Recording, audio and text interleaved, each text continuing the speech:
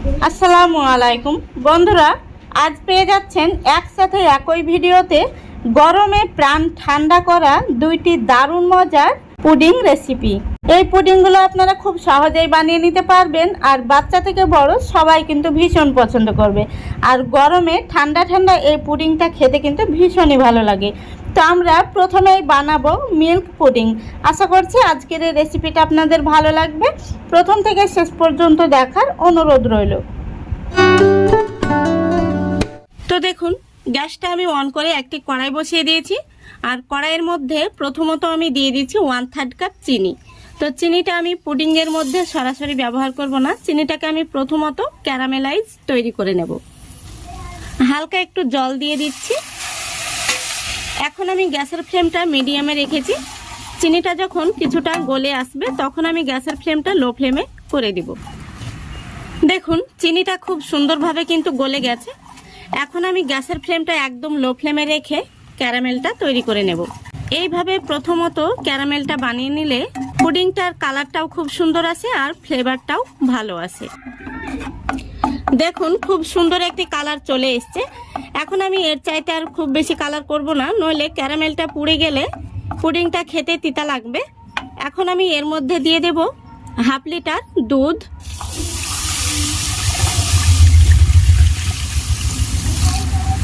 দুধটা দেওয়ার পরে দেখুন ক্যারামেলটা কিন্তু এরকম হয়ে যেতে পারে, এতে ভয়ের কিছু নেই। দুধটা কিছুক্ষণ নাড়াচাড়া করে জাল করলে কিন্তু ক্যারামেলটা খুব সুন্দরভাবে মেল্ট হয়ে যাবে। দেখুন, দুধটা গরম হয়ে গেছে। এখন আমি এর মধ্যে দিয়ে দিচ্ছি 1/4 কাপ গুঁড়ো দুধ। গুঁড়ো দুধটা দেওয়ার পরে খুব সুন্দরভাবে আমি মিশিয়ে নিচ্ছি। গুঁড়ো দুধটা দেওয়ার কারণে পুডিংয়ের টেস্টটা কিন্তু দারুণ হবে, আর দুধটাও খুব তাড়াতাড়ি ঘন হয়ে যাবে। এখন আমি দুধটাকে কিছুক্ষণ জাল করে ঘন করে নেব। দেখুন বন্ধুরা, দুধটাকে আমি খুব ভালো করে জাল করে নিয়েছি। এখন আমি পুডিংটা সেট হওয়ার জন্য এখানে আমি নিয়েছি 1/3 কাপ কর্নফ্লাওয়ার। কর্নফ্লাওয়ারটাকে আমি একটি বাটির মধ্যে নর্মাল জল দিয়ে খুব ভালো করে গুলে নেব। দেখুন বন্ধুরা, আমি কর্নফ্লাওয়ারটাকে খুব সুন্দরভাবে গুলে নিয়েছি। এখন আমি গ্যাসের ফ্লেমটা একদম লো ফ্লেমে রেখেছি, আর লো ফ্লেমে রেখে বাম হাত দিয়ে আমি কর্নফ্লাওয়ারের গোলাটা দিতে থাকবো, আর ডান হাত দিয়ে দুধটাকে অনবরত এইভাবে নাড়তে থাকবো, যেন কর্নফ্লাওয়ারের মিশ্রণটা তলা থেকে বসে না যায়। তো এইভাবে কিন্তু অনবরত নাড়াচাড়া করে এখন আমি 3 থেকে 4 মিনিট মতো রান্না করে নেব। আর গ্যাসের ফ্লেমটা কিন্তু একদম লো ফ্লেমেই রাখতে হবে, লো ফ্লেমে রেখেই রান্না করে নিতে হবে। এখন আমি এর মধ্যে দিয়ে দিচ্ছি সামান্য পরিমাণে লবণ। তারপরে আবারও খুব ভালো করে আমি নাড়াচাড়া করে নিচ্ছি। যে কোনো মিষ্টি খাবারে লবণটা দিলে স্বাদটা খুব ভালো হয়। দেখুন, কর্নফ্লাওয়ারটা দেওয়ার পরে আমি আরও 2 থেকে 3 মিনিট এইভাবে নাড়াচাড়া করে রান্না করে নিয়েছি, আর মিশ্রণটি কিন্তু অনেকটাই ঘন হয়ে গেছে। এই দেখুন, একদম আঠালোভাবে তৈরি হবে। তখনই বুঝে নিতে হবে আমাদের পুডিং তৈরির জন্য মিশ্রণটি কিন্তু একদম পারফেক্ট হয়েছে। এখন আমি গ্যাসটাকে অফ করে দেব, আর এই মিশ্রণটি সরাসরি একটি বাটির মধ্যে নিয়ে নেব। বন্ধুরা দেখুন, আমি বাটির মধ্যে আগে থেকে খুব ভালো করে ঘি ব্রাশ করে নিয়েছি। এখন আমি পুডিংয়ের এই মিশ্রণটি বাটির মধ্যে দিয়ে দেব। দেখুন, সম্পূর্ণ পুডিংয়ের মিশ্রণটি আমি বাটির মধ্যে ঢেলে নিয়েছি। তারপরে আমি কাঠের এই স্প্যাচুলা দিয়ে সমান করে নিয়েছি। উপরটা আমি এই ব্রাশ দিয়ে একটু সমান করে দিচ্ছি। ব্রাশের মধ্যে যেহেতু ঘি লাগানো রয়েছে, তাই ব্রাশে কিন্তু কোনোভাবেই পুডিংয়ের মিশ্রণটি লাগবে না। দেখুন, খুব সুন্দরভাবে আমি ব্রাশ দিয়ে সমান করে নিয়েছি। পুডিংটাকে এখন আমি ঠান্ডা করার পর নর্মাল ফ্রিজে 30 মিনিট রেখে দেব। 30 মিনিট পর আমি ফিরে এসে আপনাদের দেখাবো কেমন হয়েছে। বন্ধুরা দেখুন, 30 মিনিট পর আমি ফিরে আসলাম। পুডিংটা খুব সুন্দরভাবে কিন্তু সেট হয়ে গেছে। তো এখন আমি পুডিংটাকে একটি থালার মধ্যে বের করে নেব। আলহামদুলিল্লাহ, দেখুন কত সুন্দর হয়েছে পুডিংটা। উপর থেকে আমি চেরি টুকরো দিয়ে দিচ্ছি, এতে করে পুডিংটা দেখতে সুন্দর লাগবে, সেজন্য আমি দিলাম। দেখুন, আমি আপনাদের কাছে থেকে দেখে দিচ্ছি কত সুন্দর হয়েছে। আশা করি দেখতে পাচ্ছেন, দারুণ হয়েছে। এখন আমি পুডিংটা আপনাদের কেটেও দেখিয়ে দেব ভেতর থেকে কতটা সফট হয়েছে। দেখুন, আশা করি দেখতে পাচ্ছেন পুডিংটা কত সুন্দর হয়েছে, দারুণ স্মুথ হয়েছে। তো বন্ধুরা, এই পুডিংটা কিন্তু ঠান্ডা ঠান্ডা খেতেই ভীষণ ভালো লাগে। আমি আপনাদের হাতে নিয়ে কাছে থেকে দেখিয়ে দিচ্ছি। দেখুন কতটা স্মুথ হয়েছে, একদম নরম তুলতুলে, মুখে দিলেই কিন্তু মিলিয়ে যাবে। আর বাচ্চা থেকে বড় সবাই ভীষণ পছন্দ করবে, কলিজা ঠান্ডা হয়ে যাবে। তো আশা করছি আজকের এই রেসিপিটা আপনাদের ভালো লেগেছে। ভালো লাগলে অবশ্যই লাইক, কমেন্ট, শেয়ার করে দেবেন এবং চ্যানেলটি সাবস্ক্রাইব করে অল নোটিফিকেশনটি অন করে সঙ্গে থাকবেন। বন্ধুরা, এখন প্রচণ্ড গরম পড়ছে আর বাজারে অ্যাভেলেবল তরমুজও পাওয়া যাচ্ছে। তো এই গরমে মন প্রাণ ঠান্ডা রাখতে খুব সহজেই বানিয়ে ফেলুন তরমুজের পুডিং। এই পুডিংটা আপনারা আগার আগার পাউডার ছাড়াই খুব সহজে তৈরি করে নিতে পারবেন এবং বাচ্চা থেকে বড় সবাই খুব পছন্দ করবে। তো চলুন দেখে নেওয়া যাক আমার আজকের রেসিপিটা ভালো লাগলে লাইক, কমেন্ট, শেয়ার করতে ভুলবেন না আর চ্যানেলটি সাবস্ক্রাইব করে রাখার অনুরোধ রইল। তো বন্ধুরা, দেখুন আজকের পুডিংটা বানানোর জন্য আমি এখানে তরমুজ নিয়েছি। তো এখানে আমার এতটা তরমুজ লাগবে না, এখান থেকে আমি অর্ধেক পরিমাণে তরমুজটা কেটে নেব।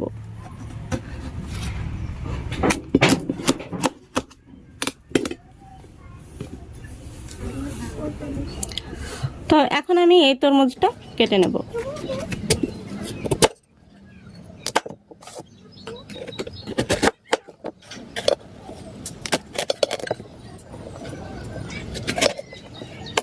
দেখুন তরমুজটা আমি কিভাবে কেটে নিচ্ছি।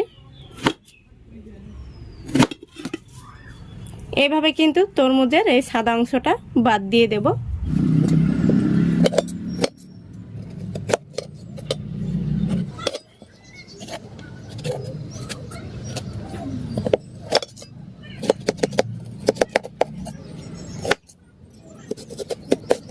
খুব সহজেই কিন্তু এভাবে তরমুজটা কেটে নেওয়া যায়।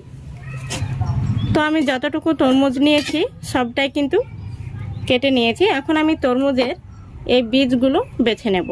এইভাবে আঙ্গুল দিয়ে বীজগুলো বেছে নিতে হবে। তো আমরা যে পুডিংটা তৈরি করব, পুডিংটার মধ্যে কিন্তু এই বীজগুলো থেকে গেলে পুডিংটা খেতে ভালো লাগবে না, সেই জন্য এই বীজগুলোকে বেছে নিতে হবে। দেখুন আমি সম্পূর্ণ তরমুজের বীজগুলো বেছে নিয়েছি। এখন আমি এই তরমুজগুলোকে একটি মিক্সি জারের মধ্যে নিয়ে নেব।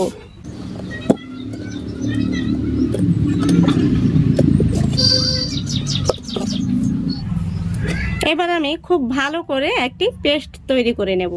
দেখুন আমি খুব সুন্দরভাবে পেস্ট করে নিয়েছি। এখন আমি গ্যাস ওভেনে একটি কড়াই বসিয়ে দিয়েছি। তারপরে আমি পেস্ট করে রাখা তরমুজের জুসটা দিয়ে দিচ্ছি। এখন আমি এর মধ্যে দিয়ে দিচ্ছি 1/4 কাপ চিনি, তারপরে দিয়ে দিচ্ছি স্বাদ মতো একটু লবণ। এবার আমি সুন্দর একটি কালার আসার জন্য দিয়ে দিচ্ছি রেড ফুড কালার, 3 ফোঁটা দিয়েছি, আপনারা চাইলে নাও দিতে পারেন।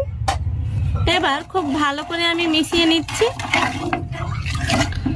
বন্ধুরা, এবার আমি গ্যাসটা অন করে দিচ্ছি। তো এখন আমি তরমুজের এই জুসটাকে খুব ভালো করে আমি জাল করে ফুটিয়ে নেব। তো জুসটা ফুটে ওঠা পর্যন্ত অপেক্ষা করতে হবে। দেখুন তরমুজের জুসটা খুব ভালো করে কিন্তু আমি ফুটিয়ে নিয়েছি আর কিছুটা ঘন করে নিয়েছি। এখন আমি গ্যাসের ফ্লেমটা একদম লো ফ্লেমে করে দিচ্ছি। তারপরে এই পুডিংটা সেট হওয়ার জন্য এখানে আমি নিয়েছি 1/4 কাপ কর্নফ্লাওয়ার। কর্নফ্লাওয়ারটা আমি একটি বাটির মধ্যে নর্মাল জল দিয়ে খুব ভালো করে গুলে নেব। দেখুন কর্নফ্লাওয়ারটা আমি খুব ভালো করে গুলে নিয়েছি। এখন আমি বাম হাত দিয়ে কর্নফ্লাওয়ারের গোলাটা দিতে থাকবো আর ডান হাত দিয়ে অনবরত কিন্তু তরমুজের এই জুসটাকে নাড়তে হবে। এখন কোনোভাবে কিন্তু এই নাড়াচাড়াটা বন্ধ করা যাবে না, অনবরত এভাবে নেড়ে চেড়ে রান্না করে নিতে হবে 3 থেকে 4 মিনিটের মতো। তাহলেই কিন্তু আমাদের পুডিং তৈরির জন্য মিশ্রণটি রেডি হয়ে যাবে। দেখুন বন্ধুরা 2 মিনিটের মতো হয়েছে, অনেকটাই কিন্তু ঘন হয়ে গেছে। তো আমি আরও 2 মিনিট মতো এইভাবে নাড়াচাড়া করে রান্না করে নেব। যতক্ষণ না পর্যন্ত এটা একটি আঠালো ভাব তৈরি হচ্ছে ততক্ষণ পর্যন্ত এইভাবে রান্না করে নিতে হবে। দেখুন বন্ধুরা আমি আরও 2 মিনিট রান্না করে নিয়েছি। টোটাল আমি 4 মিনিট এইভাবে রান্না করে নিয়েছি আর এখন কিন্তু বেশ আঠালো পর্যায়ে চলে এসছে। এই দেখুন তো এখন কিন্তু আমাদের পুডিং তৈরির জন্য পারফেক্ট মিশ্রণটি তৈরি হয়ে গেছে। এখন আমি যে বাটির মধ্যে পুডিংটা সেট করব সেই বাটির মধ্যে দেখুন আগে থেকে ঘি ব্রাশ করে নিয়েছি। এখন এই বাটির মধ্যে আমি কিছু চীনা বাদাম ভাজা খোসা ছাড়িয়ে এইভাবে দিয়ে দিচ্ছি, এতে করে পুডিংটা দেখতেও ভালো লাগবে আর খেতেও ভালো লাগবে। এখন আমি পুডিংয়ের মিশ্রণটি বাটির মধ্যে দিয়ে দিচ্ছি। দেখুন সম্পূর্ণ মিশ্রণটি আমি বাটির মধ্যে নিয়ে নিয়েছি। এখন আমি এইভাবে একটু ট্যাপ করে দিচ্ছি, ভেতরে বাতাস থাকলে বাতাসটা বেরিয়ে যাবে। তারপরে আমি একটি ব্রাশ দিয়ে উপরটা সমান করে দিচ্ছি এভাবে চেপে চেপে।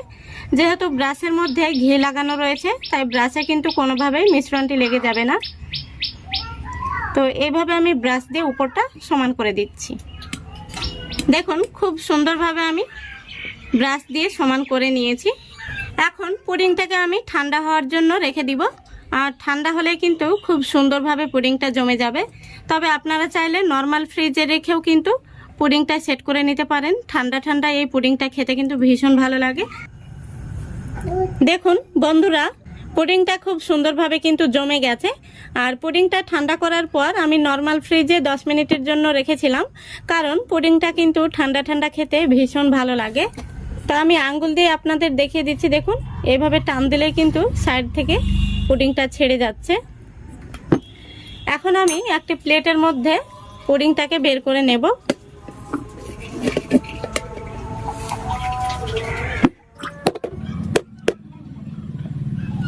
আলহামদুলিল্লাহ, দেখুন কত সুন্দর হয়েছে পুডিংটা।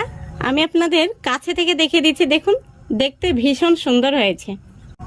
এই পুডিংটা বাচ্চা থেকে বড় সবাই কিন্তু খুবই পছন্দ করবে। আর ঠান্ডা ঠান্ডা এই পুডিংটা খেতে ভীষণ ভালো লাগে, মন প্রাণ ঠান্ডা হয়ে যাবে। এখন আমি আপনাদের পুডিংটা কেটেও দেখিয়ে দেব ভেতর থেকে কেমন হয়েছে।